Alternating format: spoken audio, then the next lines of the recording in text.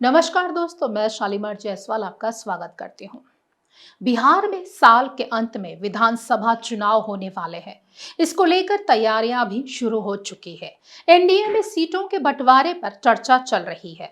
सूत्रों के मुताबिक लोकसभा चुनाव के फार्मूले के अनुसार ही बिहार में एनडीए का टिकट बंटवारा होगा। इसको लेकर पटना से लेकर दिल्ली तक बातचीत शुरू हो चुकी है। बता दें कि लोकसभा चुनाव में बीजेपी ने 17, जेडीयू ने 16, एलजेपी ने 5 और हम और राष्ट्रीय लोक मोर्चा ने एक सीट पर चुनाव लड़ा था। नीतीश कुमार के स्वास्थ्य को भी चुनावी रणनीति में ध्यान में रखा जा रहा है। तो आइए देखते हैं बिहार के चुनाव पर हमारी एक खास रिपोर्ट। सूत्रों के मुताबिक बिहार विधानसभा चुनाव में एनडीए के बीच लोकसभा चुनाव के फॉर्मूले के अनुसार ही टिकट बंटवारा होगा।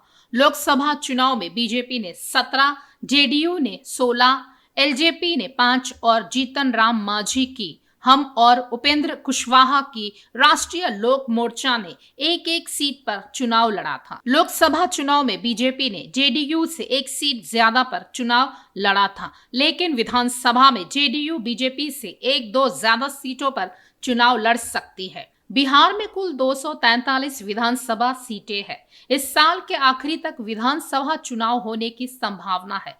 सूत्रों के अनुसार जेडीयू 102 से 103 और बीजेपी 101 से 102 सीटों पर चुनाव लड़ सकती है। बाकी करीब 40 सीटें लोक जनशक्ति पार्टी, हिंदुस्तान अवाम मोर्चा और राष्ट्रीय लोक मोर्चा को दी जाएगी।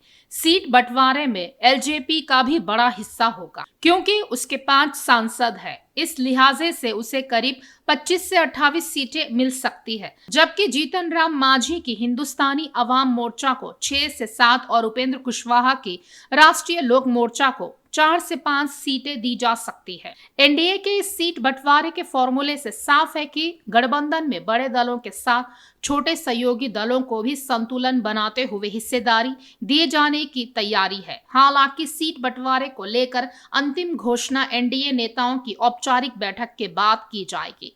एनडीए में बीजेपी ने 110 सीटों पर उम्मीदवार उतारे थे, जिसमें 74 सीटों पर जीत मिली थी। जनता दल यूनाइटेड ने 115 सीटों पर चुनाव लड़ा था, 43 सीटों पर जीत मिली थी। हिंदुस्तानी अवाम मोर्चा सेकुलर ने 7 सीटों पर उम्मीदवार उतारे थे और 4 सीटों पर जीत मिली थी। विकासशील इंसान पार्टी वीआईपी ने 13 सीटों पर उम्मीदवार उतारे थे और 4 सीटों पर जीत मिली थी। महागठबंधन में राष्ट्रीय जनता दल आरजेडी ने 144 सीटों पर चुनाव लड़ा था और 75 सीटों पर जीत दर्ज की थी। भारतीय राष्ट्रीय कांग्रेस आईएनसी ने 70 सीटों पर चुनाव लड़ा था और 19 सीटों पर जीत हासिल की। सीपीआई मार्क्सवादी लेनिनवादी लिबरेशन ने 19 सीटों पर चुनाव लड़ा और 12 पर जीत दर्ज की। कम्युनिस्ट पार्टी ऑफ इंडिया ने 4 सीटों पर चुनाव लड़ा और 2 सीटों पर जीत हासिल की। Communist party of India CPI ने 6 सीटों पर चुनाव लड़ा और 2 सीटों पर जीत हासिल की थी। खास खबरों के लिए हमारे साथ जुड़े रहिए।